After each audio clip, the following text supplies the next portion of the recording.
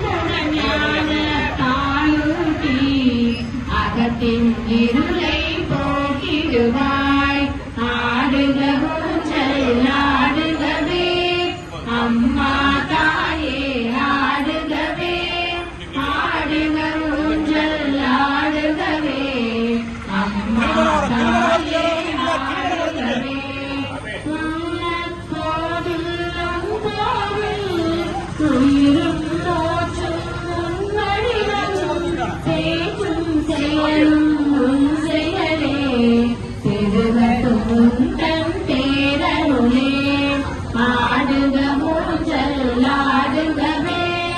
அம்மா தாயே ஆடுகவே ஆடுக ஊஞ்சல் ஆடுகவே அம்மா தாயே ஆடுகவே அம்மா தாயே